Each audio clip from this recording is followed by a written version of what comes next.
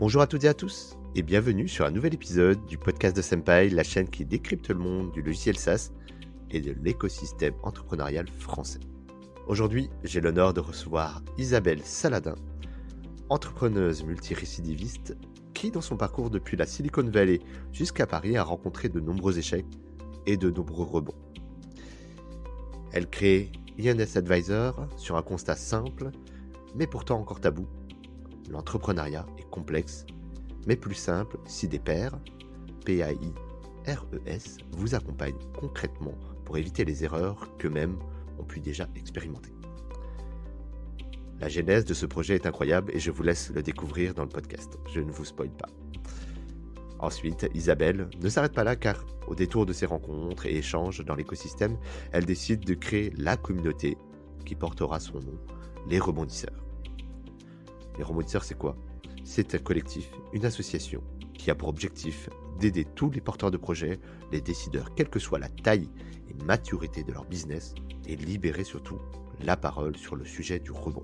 Vous découvrirez une personne passionnante et passionnée, avec une volonté forte de changer les choses dans un écosystème où l'échec reste malheureusement encore un poids que les entrepreneurs subissent. Alors qu'elle le dit si bien, il n'y a pas de réussite sans échec et sans rebond. Avant de vous laisser avec mon interview d'Isabelle, merci à tous ceux qui nous écoutent. Et si vous appréciez notre chaîne et notre contenu, merci pour vos partages, vos commentaires.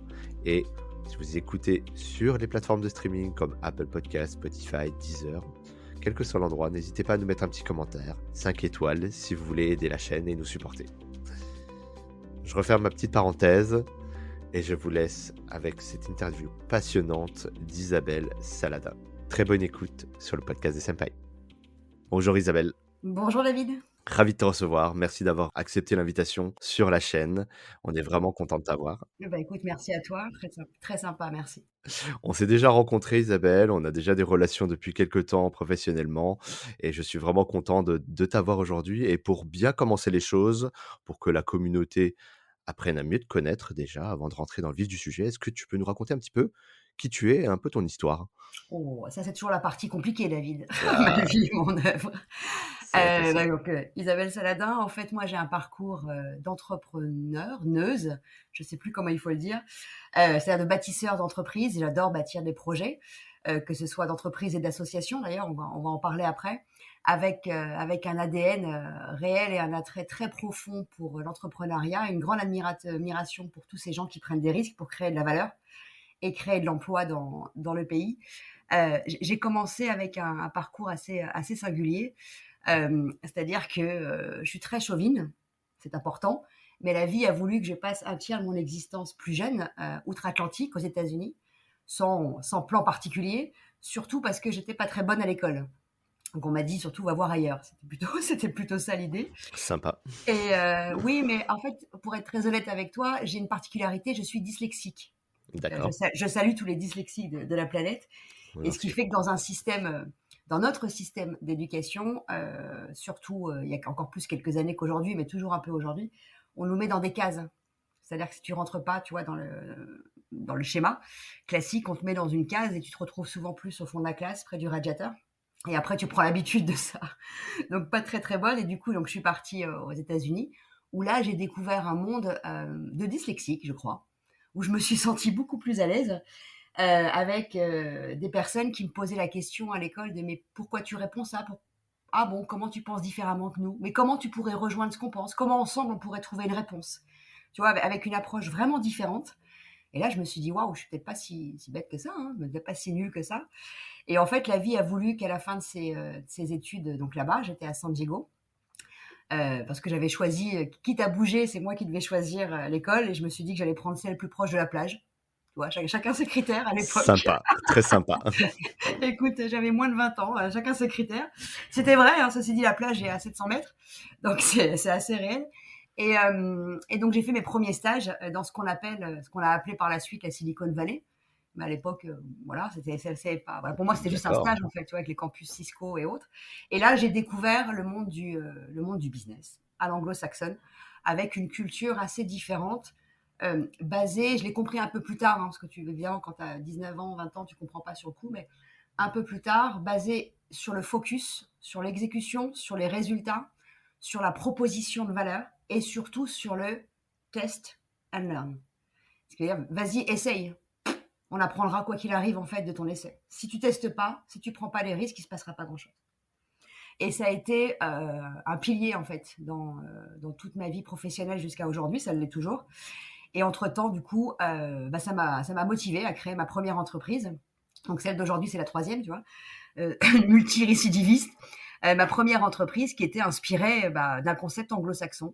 Parce que ça aussi, c'est un sujet qui souvent m'agace un peu. On a toujours 10-15 ans de retard sur ce qui se passe là-bas. C'est vrai. Et pourtant, je suis très chauvine. Et là, je me suis dit, c'est fou. Les marketplaces, ça n'existe pas. Tu vois, donc on est début 2000. Hein. Oui, c'est ça.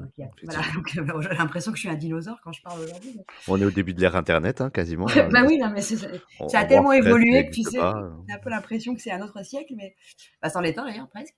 Et donc, du coup, j'ai créé une des premières marketplaces en France qui était une marketplace de produits et d'achats faits main. D'accord. Tu sais, les produits faits main, arrondir les fins de mois, qui a été une expérience assez extraordinaire. Assez extraordinaire de par l'humain, c'est-à-dire d'embarquer des équipes, donc une partie de développement et une partie d'autres. Aujourd'hui, ça paraît classique, mais à l'époque, il fallait être un peu fou pour se lancer dans un projet qui n'existait pas. Mmh. Voilà, c'était pas du tout, tu vois, dans l'air du temps. C'était pas à la base, c'était pas, oui, la norme, quoi. Bah oui, pas du tout. Donc, des fous, un peu comme moi, et avec des personnes qui ont soutenu, donc Business Angel, Love Money au début de l'aventure, qui est parti très, très vite, très, très vite, parce qu'il est nouveau, avec un fort attrait aussi pour la presse, parce que ça permettait en fait ce système d'arrondir les fins de mois. Tu sais, quand tu as la chance d'avoir un don et que tu vends les choses que tu fais toi-même, que ça soit de l'art pictural, que ça soit des meubles, que ça soit du textile, ça permettait aussi d'arrondir les fins de mois. Donc, tu vois, c'était aussi les précurseurs par rapport à avoir un double métier ou être auto-entrepreneur en parallèle d'eux, ça n'existait pas non plus. Donc, c'est parti assez vite. Parce qu'à Et l'époque, pour repeindre un petit peu le décor, il y avait ouais, rien de tout ça. Il y avait juste bah peut-être les oui. petites annonces, le petit papier que tu mettais dans le journal pour dire: «Voilà, si vous voulez faire ci, ça», Il y avait le début, tu sais, des chats Internet. Mais quand D'accord. tu dis ça, j'ai vraiment l'impression d'être un dinosaure. Oh, j'ai connu ça aussi. On est les Mais 2 dans le bateau. oui, là, je me dis, waouh, putain, on est en 2021, presque 2022, ça a bien changé. Mais oui, Et tant c'est mieux. exactement ça, c'est tout à fait. Bah, c'était voilà. Mais pour eux, en fait, si tu veux, quand je regardais ça des États-Unis, c'était inspiré de l'entreprise qui s'appelle Etsy. Je ne sais pas si tout le monde connaît, qui est une entreprise web D'accord, marketplace, je connais pardon. pas. D'accord, Et voilà, qui s'occupe de ça et qui est dans les produits faits main. Mais à d'accord. l'époque, c'était un plus petit aussi qu'Etsy. Aujourd'hui, c'est un mastodon. Et en fait, c'était parti d'un concept très simple pour moi, hein, pour revenir à la genèse. En fait, j'adorais acheter sur Etsy quand j'étais aux US et quand je rentrais à la maison en France, je payais des frais de port exorbitants. Mmh. Et donc, je me suis dit, waouh, plus cher que la chose que j'ai achetée. Et là, je me suis dit, bon, bah, je vais regarder ce qui existe en France. Et c'est là où je me suis rendu compte qu'il y avait rien. C'est vraiment parti d'un besoin basique, personnel, pour révolutionner un petit peu ce marché. Et la suite de l'aventure, donc qui a duré quelques années, a été incroyable parce qu'on avait entre 30 et 50% de croissance mensuelle. J'ai envie de te dire, quand tu pars de zéro sur un marché qui n'existe pas, c'est plus facile, hein, forcément. Effectivement. Mais qui a bien tenu, avec des retombées presque partout, que ce soit des émissions, que ce soit du papier. Donc ça, c'était super. Et est arrivé le moment où la courbe des charges était plus grande que que la courbe de croissance. Parce que même si tu fais 30-50% mensuel, le panier moyen d'une marketplace est faible, quoi qu'il arrive. Tout à C'est fait. le modèle économique. Donc, il fallait aller lever des fonds. Et quand je dis ça encore, on replace le contexte, on n'est pas en 2021. De lever des fonds sur un sujet qui n'existe pas, en tout cas où on est seul, pas nombreux, sur un marché, ça a été une belle aventure. C'est-à-dire, donc j'ai fait le business plan. L'idée, c'était de lever environ 2 millions d'euros. Ça fait sourire encore aujourd'hui, hein, parce qu'évidemment, les levées d'aujourd'hui sont colossales en termes de montant quand on les entend. À l'époque, 2 millions d'euros, c'était énorme. Et si tu m'enlèves 20 ans, waouh, je me disais, moi, je vais aller chercher 2 millions d'euros, mais je suis un peu folle. Gros challenge encore. Ah bah, gros challenge et surtout un petit côté joueur un peu fou parce que ça paraît énorme en fait sur les épaules d'une petite nana d'aller lever 2 millions alors sur un truc qui n'existe pas. Allons-y gaiement. Alors que c'était pas du tout l'époque, tu vois, il n'y avait pas d'accélérateur, il n'y avait pas tout ça, hein, ça n'existait L'écosystème absolument. n'avait rien à voir, effectivement. Ah bah rien à Enfin, voir. Là, autant j'étais vraiment d'argent. livré à soi-même, quoi. Et j'ai fait le BP, j'ai fait le tour de fonds d'investissement. Ce qui est très drôle, c'est que, petite mise en avant, beaucoup sont mes partenaires aujourd'hui, donc c'est assez drôle. Et j'ai découvert ce monde des fonds d'investissement avec une structuration parce que j'y suis allée sans connaître. Donc ça, c'est la première chose. Il vaut mieux savoir à qui on s'adresse, hein, c'est comme des clients. Quelle est la segmentation, comment ils sont organisés, quels sont les process. Moi, j'y suis allée avec mon grand sourire et mon business plan. Et on m'a fait, pour certains, beaucoup poireauter sur plusieurs rendez-vous avec différents critères, etc. D'autres m'ont dit tout simplement non, non, non, vous vendez rien. Ah, j'étais Eh resté ben, assez particulier. eh Bah ben, oui, dis ce que donc. vous vendez, c'est du vent en fait. D'accord. Tu vois, on était loin du web, du marketplace Oui, d'aujourd'hui. on était loin du modèle Ah, Amazon encore, ah hein. bah voilà, cette phrase, elle est juste énorme, ok. Mmh. Bon, bref, tout ça pour dire que après, waouh, 6, 8 mois de rendez-vous intempestifs, peut-être parce que je m'étais pris un peu tard, tu vois, et un peu seule, hein, un peu isolée. Et ben la courbe des charges était beaucoup plus grande que celle-ci, que la courbe du chiffre, alors qu'elle était en croissance permanente. Donc j'ai dû prendre une décision parce que j'avais fait une erreur monstrueuse, l'erreur du débutant. Je m'étais mise caution personnelle. D'accord, donc ton patrimoine personnel était engagé. Et ouais, pour avoir un prêt. Encore une fois, il n'y avait pas tout ce qui a. Ça a évolué de manière incroyable, hein, aujourd'hui. Bien sûr. Assez incroyable. Et donc, je m'étais fixé évidemment une limite, hein, ce qui est aussi très important à faire, qui était en train d'être atteinte. Donc, j'ai pris la décision de deux choses. La première, de vendre ce qui avait de la valeur dans l'entreprise, c'est-à-dire la data. Là aussi, je parlais un peu chinois à l'époque. Mmh. Donc, du coup, je l'ai vendu outre-Atlantique parce qu'en France, on ne voyait pas l'intérêt. Personne ne voulait acheter ça et La personne ne voyait comprenait pas de valeur à ça, ouais. exactement. Ce qui est un peu fou. Et du coup, après, j'ai dû faire déposer le bilan de l'entreprise. Et le moment assez compliqué, en fait, c'était pas tant de déposer le bilan de l'entreprise, parce qu'encore une fois, j'avais été un peu élevée à la test and learn, Bien sûr. donc c'est pas grave. Par contre, expliquer aux équipes, se séparer des pionniers qui étaient avec moi et qui ont donné beaucoup, beaucoup, beaucoup, beaucoup de leur temps, de leur motivation, de leur énergie, ça, c'était la partie un peu plus compliquée. Bien sûr. C'était Et combien de des personnes d'ailleurs, Isabelle, à ce moment-là? 5. 5 personnes. Ouais, on faisait tout ça à 5. Ouais. Et du coup, expliquer que l'entreprise est en croissance entre 30 et 50 mensuels, mais qu'on doit déposer le bilan, c'est un concept. C'est particulier. C'est Donc particulier. première un peu entre guillemets «claque» professionnelle, dans Bah, l'entrepreneuriat? claque, je sais, moi, je le vois pas du tout comme ça. Ouais, Je le vois pas du tout comme ça. Première expérience incroyable. Moi, je le vois plus. J'ai appris un nombre de choses aussi bien sur l'humain, sur comment fonctionnait en fait ce monde financier et business, les fonds d'investissement, sur les erreurs que j'ai pu faire et sur moi-même. Beaucoup. Je le vois pas vraiment comme ça et ça m'a permis après la suite, en fait. C'est-à-dire que sans ça, il y aurait pas eu ces suites. ça a duré combien de temps cette aventure d'ailleurs, Oh la je vache. sais J'ai toujours un problème avec les dates et avec la Covid, ça a rétréci. 3 ans, je crois. 3 ans et 3 demi. ans? Ouais. Ouais, quelque chose comme ça, 3 ans et OK, demi. 3 ans où tu as porté vraiment le projet, jusqu'à ce niveau-là, quoi. Complètement. Donc je le vois pas du tout comme une claque. Au contraire, encore une fois, c'est la suite de l'aventure dépend beaucoup de celle-ci. Donc pas du tout. Donc première Euh, boîte alors. ouais, première entreprise. Et à la suite de ça, évidemment, il a fallu trouver très très vite un plan B. Il a fallu rebondir très très vite. Et du coup, j'ai actionné mes différents réseaux, qu'ils soient en France ou à l'international. Et ça choquera personne si je dis que les premiers qui m'ont répondu, c'est très outre-Atlantique. Les Américains? Voilà, en me proposant un job absolument incroyable de créer une division en fait logicielle dans une entreprise de hardware, sans rentrer dans le détail, pour développer toute la partie internationale en faisant des fusions-acquisitions. Là où en France, en fait, on m'a répondu pour la première fois à mes CV, parce que dès qu'il y a eu le dépôt de bilan, 48 heures après, j'ai été à l'envoi des CV. Hein. J'ai pas attendu. Caution personnelle, donc j'ai pas attendu. Et en Réalité France, économique, oblige, hein. ouais, parce que je me souviens, en fait, c'est arrivé fin juin, donc début juillet, j'étais partout avec les CV, D'accord. mais partout, hein, c'est-à-dire en mode commando. J'ai passé à peu près 5 heures par jour. Ouais, Hein. tu dit, septembre à la rentrée, C'est c'est bon, j'ai quelque exactement ça. chose. C'est exactement ça, et t'es pas loin de la vérité parce que j'ai signé fin août. Eh ben, Voilà. ça c'est C'était 5, efficace. c'était 5 heures par jour. Oui, mais bon, faut rebondir aussi, hein, ça se passe pas tout seul. Donc, et il faut y aller. Encore une fois, j'étais caution personnelle. Hein. Donc, en mode vraiment, vraiment commando, j'ai signé fin août après 11 entretiens avec l'entreprise Waouh! américaine. 11, c'est Eh ouais, énorme. ouais.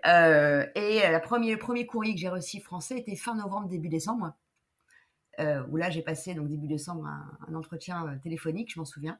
Et on m'a posé beaucoup de questions sur l'entreprise que je venais de fermer, en me disant oui, donc c'est un échec en fait. Vous n'avez pas réussi à gérer, vous n'avez pas réussi le projet, mais comment vous allez réussir le nôtre? Oui, Mais c'est un état d'esprit quand même qui est assez négatif pour vous. Peut-être que vous n'êtes pas dans l'esprit positif, je sais pas si. Et en fait, au final, ils m'ont pas pris pour les mêmes raisons pour lesquelles les Américains m'ont pris. C'était un peu à charge, j'ai l'impression, à t'entendre en parler, non? C'était un peu à charge, je sais pas, c'était, on va dire, c'est culturel. On va dire que c'est culturel, on va dire qu'on n'a pas l'habitude de test and learn ou test and failed, qui est le mot d'ordre de Google, essaye et échoue. C'est pas tout à fait notre culture, au final. Mmh. Donc, tu vois, c'est un peu particulier. Nous, on voit plutôt les choses très académiques, comme à l'école. Tu vois, je reviens sur le point de l'école. En fait, si on rentre pas dans les cases, c'est un peu compliqué. C'est plus compliqué. Et donc, du coup, ça rentrait pas dans les grilles, sûrement, de la personne qui était en train de recruter en fait le profil qu'elle cherchait pour le poste. Mmh. Il y avait des cases à cocher. Mmh. Donc, c'était un profil un peu hybride que j'avais. Et le fait d'assumer, d'avoir eu une expérience de rebondir, entrepreneuriale, pardon, de rebondir et tu vois, d'apporter des skills qui pouvaient aller avec, ça Ça rentrait pas n'avait dans les cases. ça n'avait pas de valeur, en tout cas. Ça rentrait pas dans les cases. Mmh mh. Ça OK. rentrait pas dans les cases. Et donc, pour résumer quand même avec tout ça, donc j'ai fait cette expérience anglo-saxonne où là, donc entre-temps, j'ai créé une autre entreprise en France. Encore une fois, hein, c'est très important pour moi de créer en France. Voilà, qui existe toujours, dans lequel je suis pas opérationnelle parce que là encore, j'avais vu aux US que c'était le sujet d'apporter le digital. Moi qui venais de la création d'une marketplace et on comprenait pas bien, là, je me suis dit on est toujours pas dedans en fait. Donc, j'ai décidé de créer cette agence-là, dans laquelle je suis pas opérationnelle, en continuant en parallèle mon aventure donc en CDI. Donc, c'était un job, hein, Bien sûr. de fusion, acquisition et de croissance externe à l'international, ce qui était un projet absolument passionnant. Et durant cette aventure-là, c'est ça qui est arrivé à la troisième entreprise, en fait. À la première acquisition, je me souviens très bien, c'était une acquisition qui se passait aux Pays-Bas. Donc l'équipe anglo-saxonne avec lesquelles je travaillais m'a mis autour de la table, en plus des ventures et des partenaires financiers, les operating partners. Les operating partners, un mot que j'avais jamais entendu. Je me suis dit, qu'est-ce que c'est? Et ce qui est très drôle, c'est comme j'étais dans une grande salle où j'étais la seule femme, en l'occurrence, et la seule non américaine, ça a permis de poser des petites questions. C'est les avantages parfois, hein, d'être seule. Il y a un petit côté exotique et donc pour eux, j'ai posé des petites questions effrontées à la française. C'était très drôle. Et donc là, je me dis, qui sont-ils en fait? Qu'est-ce qu'un operating partner et quels sont leurs rôles, leurs missions, leurs objectifs? Et donc là, je me souviens très bien que ce venture partner m'explique qu'en fait, les operating partners, c'est un métier qui a été créé en 2008 à la crise financière qui a eu lieu. Des subprimes, tout à Ouais, fait. des subprimes en 2008, où en fait c'était en grand résumé très très concentré sur les chiffres, évidemment sur les KPI financiers pour pas perdre, parce que cette crise était monstrueuse financièrement parlant, mais que du coup ils ne se sont pas du tout concentrés sur l'extra financier d'une entreprise, c'est-à-dire l'apport de vision, l'investissement pour les croissances externes, des pivots de modèles économiques, des changements d'usage, tu vois, tout ce qu'on peut imaginer comme virage et comme levier de croissance stratégique d'une entreprise qui est en dehors des chiffres purs. Parce que crise, hein, parce que crise. Et donc là, il m'explique tout simplement qu'ils sont passés à côté d'un peu de sous à long terme, parce que certaines de leurs participations étaient parties chercher de l'argent à l'étranger, en dehors de cette crise, pour pouvoir faire et activer leur levier de croissance. Mmh. Et ça fait pas rire un Américain, en l'occurrence. Ça fait pas sourire du tout. C'est-à-dire que quand il se rend compte qu'il perd un peu d'argent, pour ceux qui connaissent bien la culture anglo-saxonne, ils font pas des grenelles ou des commissions. Voilà. Ils posent le stylo et ils dormiront quand ils auront trouvé la solution, pour caricaturer un petit peu en fait. Un peu plus focus. Et là, ils me disent, on se dit, qui mieux que celui qui l'a déjà fait pour agir comme une assurance sur la croissance des entreprises? Et là, je me Bonne souviens, question. je suis restée bloquée. Et là, je lui dis, Très bonne question. bah oui, c'est évident en fait. Qui mieux qu'une personne qui a bâti, créé des entreprises peut venir agir comme un copilote à côté du dirigeant, donc celui qui a déjà vécu tout ça, pour assurer et sécuriser la croissance de l'entreprise avec toute l'expérience. Et c'est ça qu'ils appellent un operating partner. C'est un nouveau métier. Et là, je me suis dit, mais attends, mais si moi j'avais eu un operating partner à ma première expérience, j'en aurais évité les écueils. Complètement, et peut-être qu'une marketplace sera encore, Non, mais tu présente vois, et aura offert j'en des aurais évité les écueils. J'aurais été beaucoup plus vite. Je me suis dit, mais c'est évident en fait. C'est évident. Et tout de suite, j'ai vu le rapport avec le monde qui m'a un peu plus éloigné, évidemment, de la médecine. Un chirurgien, quand il a un problème, il appelle un père. ou quand il est face à un virage qui n'est pas forcément un problème, d'ailleurs, qui est une nouveauté pour lui, il appelle un pair, PAIR. Ça n'a rien d'extraordinaire, en fait. C'est du pragmatisme à l'état pur. Et là, je me suis dit, mais en fait, c'est brillant. C'est brillant de simplicité et de focus, en fait. Parce que décidément, je considère pas les Américains plus intelligents que les Français, mais beaucoup plus pragmatiques et focus sur les résultats. Ça, c'est certain. Et ça n'existait pas, il n'y avait pas d'équivalent aujourd'hui. Ah non, mais toujours À pas vraiment l'époque, aujourd'hui. Hein. à l'époque et Toujours pas aujourd'hui. vraiment aujourd'hui. Et donc, j'ai fini ce que j'avais à faire voilà, aux États-Unis. Mission terminée. Je suis rentrée en France, toujours avec cette idée dans la tête. Et là, je me suis dit, mais c'est peut-être ça la troisième. C'est celle qui a un impact, en fait, sur la croissance, sur le chiffre, sur ce que je connais vraiment. Et là, j'ai regardé ce qui se passait en France, tout simplement, tu vois, voilà, en activant Google et autres. Et là, je vois voilà, un pléthore de monde qui m'était totalement inconnu, du monde d'accompagnement au sens large. Je vois des coachs, ok, super. Je vois du conseil, du consultant, du manager de transition, plein de choses pas très structurées. Mais je regarde quand même, je m'intéresse à ça. Je connaissais rien, moi, à part le conseil, tu sais, les conseils macro que j'avais demandé pour ma première entreprise. Tu sais, les consultants, en fait. Voilà, Bien sûr.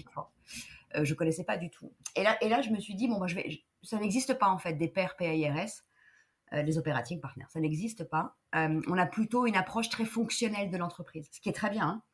C'est-à-dire un consultant marketing, un consultant finance, un consultant industriel, des personnes qui ont été cadres dirigeants et qui mettent leurs compétences au service des fonctions de l'entreprise.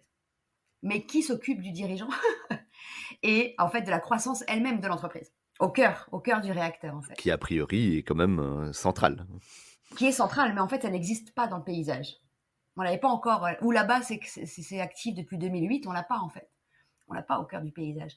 Et là je me suis dit tout simplement, bon bah écoute, il y a peut-être un truc à faire, par contre, il va falloir absolument que tu t'intéresses à la cible basique et donc savoir s'il y a un réel besoin, parce que c'est pas parce que je pense qu'il y a un besoin que les acheteurs potentiels sont au rendez-vous. Hein.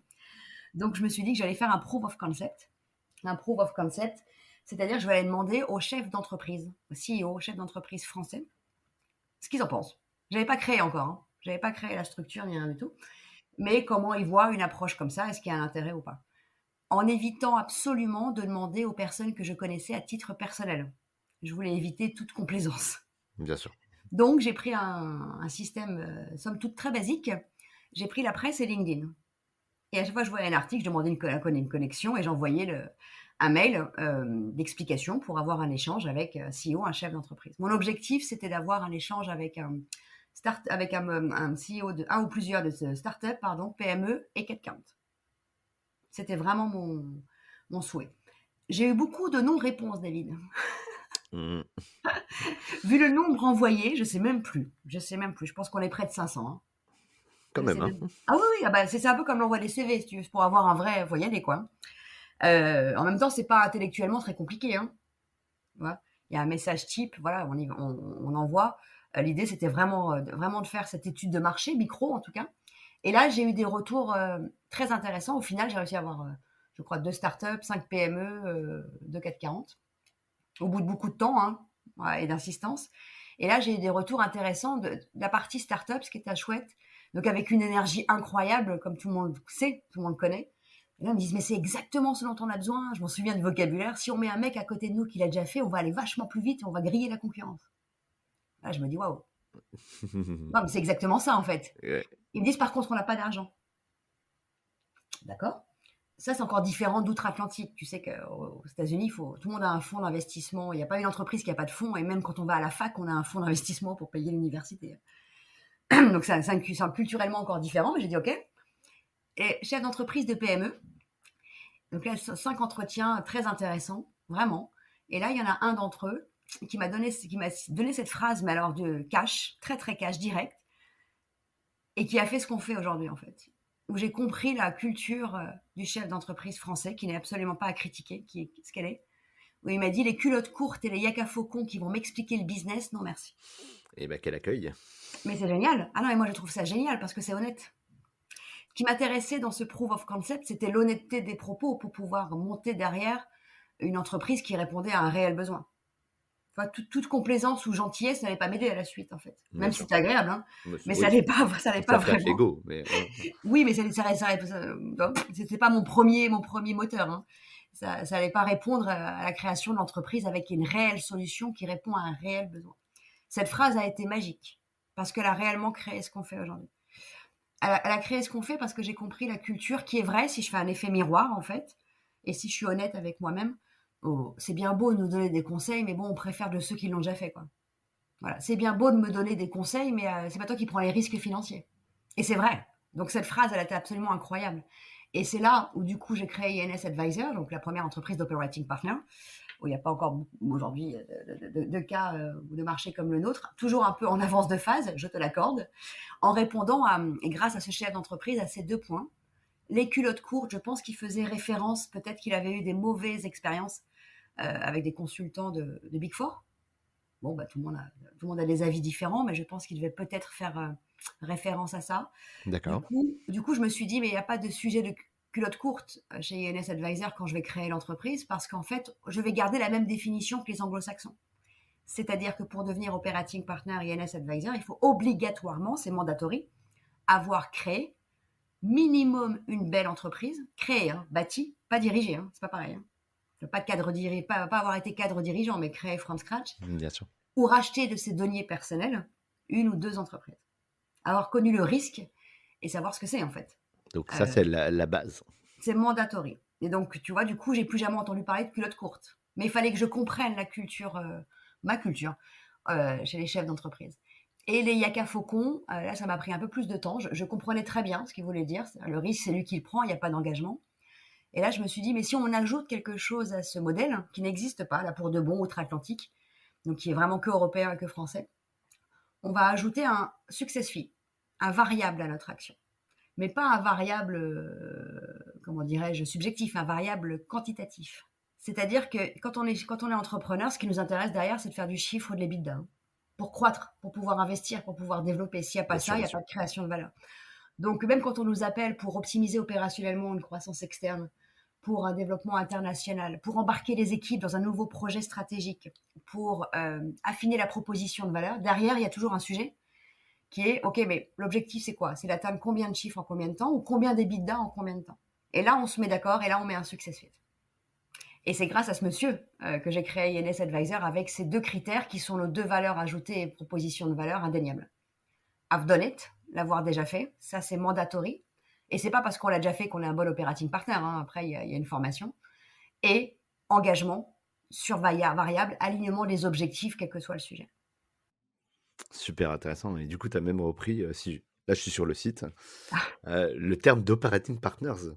bah en fait, Il bah, y a c'est un rigolo. marqueur, hein, là-dessus, hein. Oui, mais c'est rigolo que tu dis ça parce qu'il y a quelques dirigeants, c'est rigolo parce que de clients. Aujourd'hui, au moment où je te parle, tu vois, on appelle ça des copilotages. On copilote 17 entreprises françaises au moment où je te parle. Et en fait, D'accord. ce qui est drôle, c'est que quelques-uns m'ont dit, mais vous, c'est operating partner, vous n'avez pas un mot français? Et je lui dis, mais je veux bien, avec grand plaisir. Mais par contre, je ne l'ai pas trouvé. Et Mais quand je lequel? regarde, quand je regarde comment Wikipédia le traduit, c'est pas terrible. Qu'est-ce que ça donne d'ailleurs? Alors, attends. Comment ils ont dit ça? Partenaire d'exploitation, je crois. Hmm, ça vend un peu moins de rêve, hein. Bah, surtout que ça veut rien dire. Ouais. Sémantiquement, oui, je sais pas si c'est C'est-à-dire que, juste, mais ouais, c'est-à-dire qu'en termes de, c'est plus compliqué à comprendre encore que, voilà. Donc, je serais ravie, moi, avec grand plaisir, j'appelle tout le monde, c'est tout le monde a le nom, voilà, à définir. Ce qui est rigolo, c'est que la presse nous a appelé le Didier Deschamps d'Mbappé. C'était drôle. Et j'ai trouvé ça vachement intéressant. Parce qu'en fait, c'est vrai que c'est celui qui l'a déjà fait, il prend pas la place d'Mbappé, mais ensemble, ils vont définir la meilleure stratégie et ils vont partager les résultats. Et il l'a déjà fait parce qu'il connaît la pression sur le terrain, la pression personnelle, avec le changement de vie, la pression avec ses coéquipiers, la pression d'atteindre l'objectif et de la carrière. Il sait ce que c'est. eh ben. Ça change tout dans les conseils et dans l'approche. Et du coup, aujourd'hui, pour rentrer dans le vif du sujet de INS Advisor, quels sont un peu les sujets phares qui sont traités par justement ces operating partners? On parle de croissance, on parle de levée de fonds, structuration, optimisation du modèle économique. Voilà, il y a des grandes lignes comme ça. J'imagine que c'est un peu de tout, mais aujourd'hui, c'est quoi les gros focus sur le marché? Bah, tu viens de dire les mots-clés, mais c'est exactement ça. En fait, il y a eu après, pendant et la crise, et avant la crise, Covid, donc ça change un petit peu. Là, effectivement, on est sur, c'est difficile parce qu'on a réellement à peu près tous les sujets. L'objectif de base est la croissance, sauf pour exception où c'est préparation à la session, parce que ça aussi, ça se D'accord, prépare une session, pas que financièrement, ça se prépare opérationnellement. Une session, ça se prépare au niveau de la structuration pour optimiser la proposition de valeur, donc la valorisation de l'entreprise. C'est pas que du chiffre. Donc il y a cette partie-là avec une partie transmission aussi, l'entreprise qui est présente. C'est-à-dire que là, on a des générations qui sont en train de changer, donc qui sont en train de passer au niveau de la direction d'une entreprise à une autre. Ça aussi, au niveau opérationnel, c'est très stratégique parce qu'on peut perdre beaucoup avec une transmission ratée. Donc c'est celui de chez nous qui l'a le plus fait qui y va en l'occurrence. Et c'est le cas dans les entreprises familiales où là il y a des vrais sujets, des enjeux qui sont mixtes aussi bien personnels que professionnels et qui ne sont pas à prendre à la légère en fait au niveau opérationnel. Et pour ce qui est des sujets phares, alors il y a eu un petit frein qui revient depuis 2 mois sur le développement international. On comprend pourquoi en l'occurrence avec ce qui s'est passé, mais ça revient depuis 2 mois euh, sur comment réussir son développement international en dehors des basiques, quoi, vraiment en mesurant le chiffre, en attaquant les marchés, en connaissant bien culturellement les différentes routes to market à appliquer et activer les réseaux. mmh. Et effectivement, les deux sujets les plus, on va dire, communs sont la structuration de l'entreprise pour passer ou anticiper la vague. Structuration, on ne veut pas dire restructuration, hein. Structuration, ça veut dire avec ce qu'on a, comment on redessine L'optimiser, voilà, l'entreprise. Il peut y avoir des changements de poste, des focus sur les verticaux, des optimisations du modèle économique, de l'ajout de sources de revenus additionnelles pour assurer un matelas s'il y a une prochaine crise. Voilà, tous ces sujets-là qui sont vraiment, vraiment clés et focus par rapport au contexte qu'on travaille actuellement et celui qu'on traverse. Parce que dans les entreprises, parce qu'il y a aussi les secteurs, tu vois, il y a une partie des entreprises qui sont tapées de plein fouet par la crise des matières premières. On ne peut pas attendre, hein. c'est maintenant, il faut réagir. Exactement, exactement. Donc, il faut trouver un plan B, quoi. Et bah, super intéressant et justement, je vais en profiter peut-être de ta présence Isabelle, si tu veux bien, pour parler parce que tu es quand même une entrepreneuse, tu entreprends plein de choses, on l'a compris et tu as aussi une autre casquette, en plus de, INS Advisor qui te porte vraiment à cœur et tu as utilisé le terme plusieurs fois. Alors je ne sais pas si les gens auront eu, le petit sourire aux lèvres quand tu l'utilisais, mais voilà, tu as cofondé les Rebondisseurs. Ouais, ouais. J'ai Donc dit rebond plusieurs fois? Je tu sais l'as dit pas. plusieurs fois, tu Tu l'as vois? dit plusieurs fois. Je m'en rends même pas compte. Ça doit C'est être dans l'ADN. C'est exactement ça, ça fait partie de toi tellement c'est voilà, ça Ouais. ressort en plus dans ton Si, si. discours. Bah, justement, est-ce que tu peux nous en parler? Ouais. Parce que C'est moi, c'est j'en fais partie également des rebondisseurs. ouais, merci d'ailleurs David, pour ton soutien. En fait, tu vois, je m'en rends même pas compte que je le dis parce que c'est tellement évident. On peut pas être entrepreneur sans rebondir. C'est-à-dire que ça n'existe pas. Ça n'existe pas. C'est un concept qui est hors norme. Donc, si on veut libérer la création d'entreprise et l'entrepreneuriat, si on veut vraiment avoir ces skills-là, il faut savoir que le rebond fait partie intégrante de la vie d'un entrepreneur. C'est c'est- c'est vraiment le point de base. Et encore une fois, je reviens, tu vois, à l'histoire. C'est vrai que c'est peut-être les pays anglo-saxons qui m'ont un peu picousé là-dessus. Mais comme je suis très chauvine, je me laisse pas faire en fait. Je suis pas fataliste pour 3 mots. Complètement. Et en fait, à travers ce parcours dont on vient de parler, euh, je me suis rendu compte, mais très vite, ça m'a agacé. Ça a commencé à l'école, tu vois. Donc, de me dire, mais dès qu'on rentre pas dans une case, dès qu'on fait pas les choses comme on a dit dans l'ordre, 1, 2, 3, 4, voilà, et qu'on est obligé de repasser au 1 quand on est arrivé au 4, euh, ça va pas. On est montré du doigt. Et ça m'a toujours un peu agacé. Et tous les entrepreneurs que je croisais, et je croise encore, hein, de différentes tailles d'entreprise, qu'importe. Il y a toujours ce sujet de dire si j'ai un moindre problème dans l'entreprise, déjà je me replie sur moi-même. J'en parle pas. C'est un peu la honte, quoi. C'est un peu la loose. Et après, il y a tout le système administratif qui aide pas. Qui aide pas. C'est-à-dire qu'on l'a bien compris, hein, quand on a déposé le bilan, si vous n'êtes pas au courant au niveau administratif, la personne concernée, elle est bien comprise. Et on dirait qu'on met ça dans un... Voilà, c'est vraiment le quartier de la loose, quoi. Alors que ça fait partie même. Quand je disais, à David, que Google avait fait Test and Learn, sa baseline d'entreprise, Test and Failed, pardon, c'est pas une blague. C'est-à-dire que sans tester, tu peux pas échouer. Sans échouer, tu peux pas apprendre de pourquoi tu as échoué. Donc, tu ne peux pas rebondir pour aller plus loin. Donc, tu ne peux pas créer de grosses entreprises avec une vraie valeur. C'est QFD. Et là, je me suis dit, il y a quelques années, il y a 4 ans, 3 ans et demi, c'est pas possible. On peut pas continuer à laisser faire comme ça. Et avec 3 autres acolytes, donc Claire Flin, on en parlait. Et à un moment donné, on s'est dit, mais c'est bien beau de parler, mais ça serait bien d'agir. Voilà. On est un peu fous. Et non pas parce qu'on sait pas quoi faire le soir et le week-end. Hein. Mais on s'est dit, mais qu'est-ce qu'on peut faire et sans, là, pour de bon, il n'y a pas eu de proof of concept terrain. Là, on s'est dit, bah, écoute, si on essayait d'agir à une toute petite échelle, si on essayait de voir ce qui peut, en libérant la parole. Notre objectif, c'était vraiment de montrer, et c'est toujours aujourd'hui, de montrer, de prouver que le rebond, c'est la valeur économique première d'un pays. Première. Et ça, mordicus, on ne me le fera pas changer d'avis. Et là, on s'est dit, bon, on va essayer de créer une communauté en forme d'association, voilà, en 1901, d'entrepreneurs qui, du coup, par quels moyens on peut prouver ça, que le rebond est une valeur économique cruciale d'un pays, en libérant la parole. Déjà, entre entrepreneurs, que ce soit indépendants, commerçants, artisans, start-up, PME, de dire, OK, bon, on a un sujet, bon, entre nous, on va arrêter d'avoir le regard des autres pour se faire juger. Déjà, entre nous, on traverse tous la même chose, on est d'accord sur les valeurs, on sait que la vie n'est pas un long fleuve tranquille. Donc, on va pouvoir se dire, dans des groupes, c'est pareil, notre sujet, quoi. On lève la main. OK, bon, j'ai un problème là, peut-être que j'ai un membre de l'équipe. Ça va aussi bien de aïe aïe aïe, je crois que j'ai un prud'homme, à oh là là, la trésor elle baisse, qu'est-ce qu'on peut faire? Ou j'ai un client, j'ai un problème au niveau d'un contrat, ça peut me planter l'entreprise. Ça peut être n'importe quelle solution. Et du coup, là, on va échanger entre nous, sans tabou, sans se poser de questions. Ça a vraiment commencé comme ça. Et là, on a commencé à avoir un engouement. Et on s'est dit, bah tiens, on va aussi mettre en valeur tous les entrepreneurs de France qui font partie des rebondisseurs français dans la presse. Tu vois, aujourd'hui, on a 3 ans et demi l'association. Elle a 3 ans et demi. Et on voit qu'en 3 ans et demi, ça a changé un peu dans la presse. Le rebond, on en parle plus facilement qu'avant. Hein. Donc tant mieux. Est-ce que l'accueil était comment au début? Curieux. Curieux. Ça a été limite. Ah bon, il y a des gens qui parlent de ça. Il y a des gens qui assument. Hein. C'est un sujet, ça? Non, ah bon. Ouais, c'est bon, mais on a eu le moitié de ah bon, il y a des gens qui assument. Bah dis donc, il a pas peur. Et bah c'est pas un sujet, c'est évident, mais on veut pas entendre parler, quoi. Tu vois, un peu le côté un peu faux cul, quand même.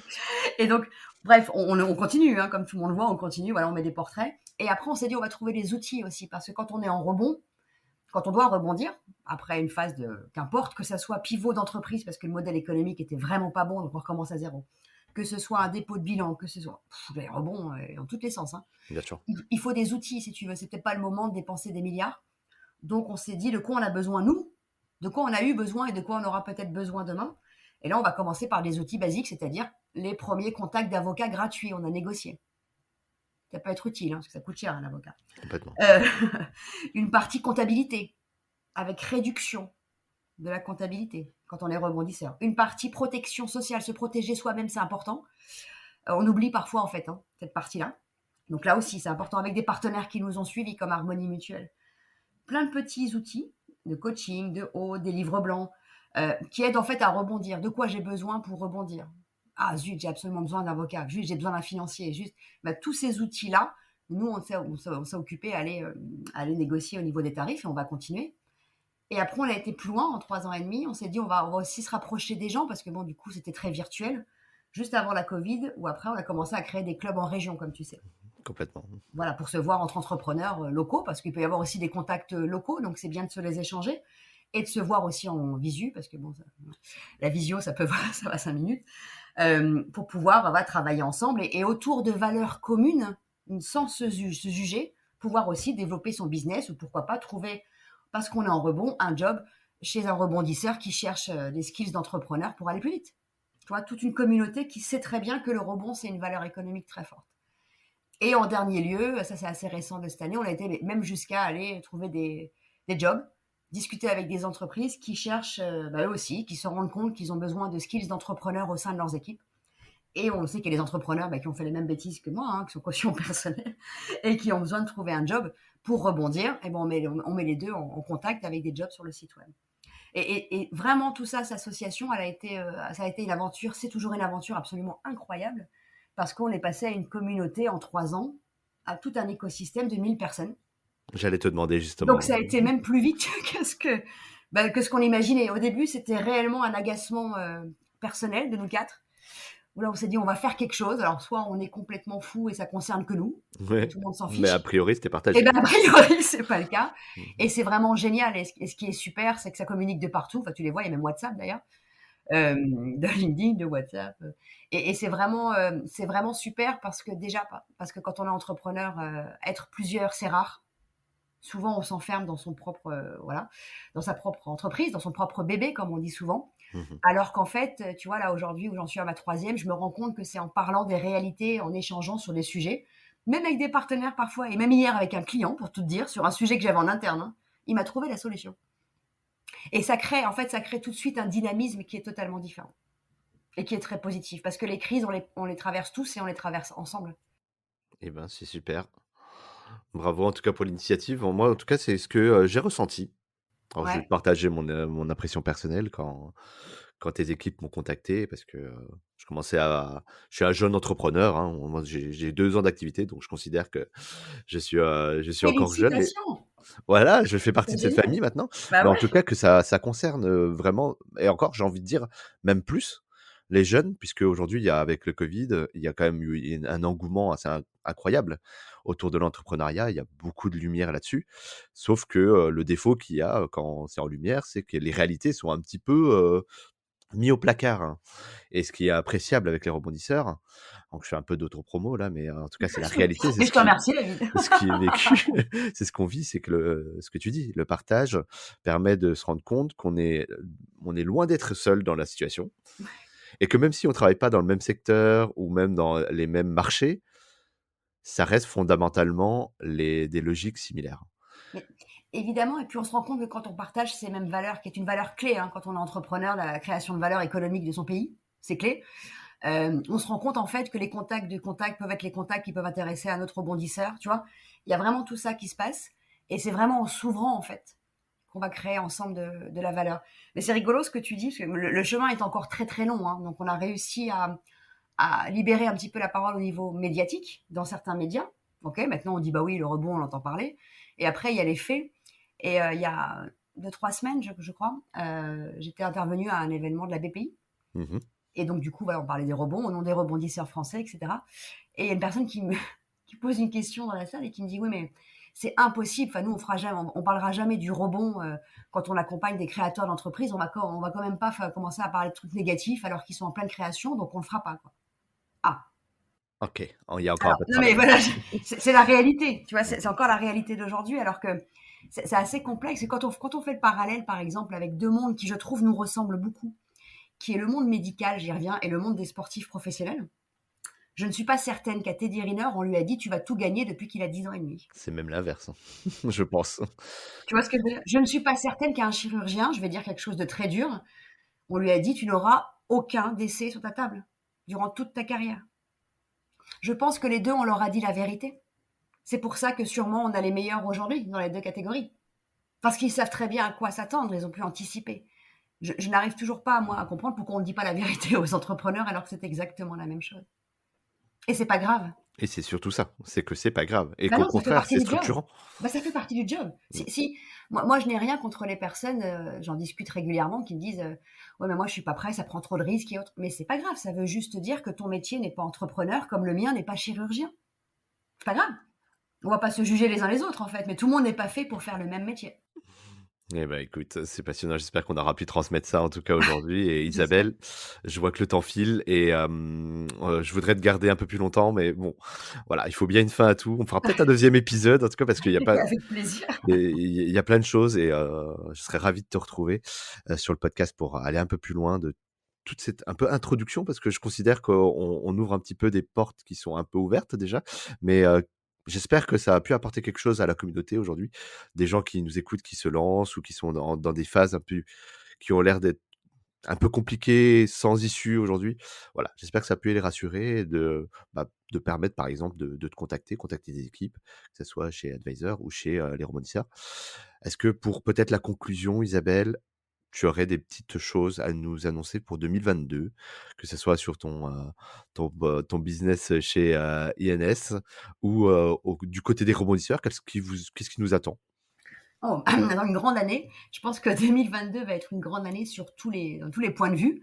Il faut que les entrepreneurs, qui soient rebondisseurs ou INS advisors, se préparent parce que ça, c'est un mot pour moi qui est important.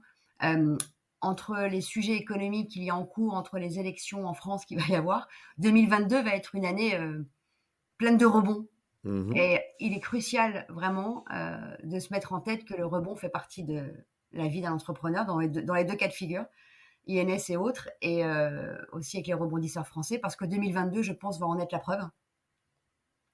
C'est pas négatif, hein, c'est très positif ce que je dis, Bien c'est pas sûr. du tout J'allais te négatif. demander justement dans Non, quel pas du tout, sens tu voulais c'est très positif, mais il faut juste en être une des clés en fait d'être dirigeant d'entreprise pour la partie INS advisor, d'être rebondisseur français, c'est aussi d'être lucide et d'avoir une vision sur ce qui va se passer, autant que faire se peut, on est bien d'accord. sans se voiler la face. Exactement, sans se voiler la face, c'est les règles du jeu.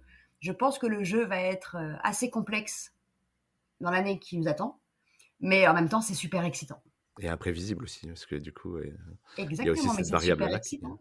Et encore une fois, à plusieurs, on passe plus facilement les vagues. et bah, le message est passé en tout cas. Isabelle, comment est-ce qu'on peut te contacter? Est-ce que, on peut laisser ton LinkedIn, un Bon, email le plus ou? simple, c'est sur LinkedIn, ouais, tout à fait. OK, LinkedIn, tu réponds. Ouais, j'essaye toujours. Top, top, je confirme d'ailleurs, hein, parce que c'est comme ça qu'on s'est contacté au tout début, il y a 2 ans. Et bah, écoute Isabelle, je ne sais pas comment te remercier. En tout cas, merci de cette transmission-là, de ce que tu fais au quotidien via ces 2 projets Bah, et merci à toi. heu et d'avoir pris le temps dans ton planning pour justement, transmettre, puisqu'il y a une grande partie de ton travail qui consiste à ça et je trouve que, bah, c'est très important aussi d'avoir des personnes qui portent via leur histoire, via leur projet. Donc merci pour ça, Isabelle. Merci à toi, merci pour l'initiative. Belle journée. À À très bientôt. bientôt Isabelle. Merci d'avoir suivi cet épisode du podcast de Senpai. Si vous souhaitez soutenir la chaîne, rien de plus simple, partager ou tout simplement parler du podcast autour de vous, cela sera d'une grande aide, je vous l'assure. Nous vous donnons rendez-vous pour le prochain épisode et si vous ne pouvez pas attendre, une seule adresse www.senpai.io pour écouter d'autres témoignages passionnants. À très vite sur le podcast de Senpai.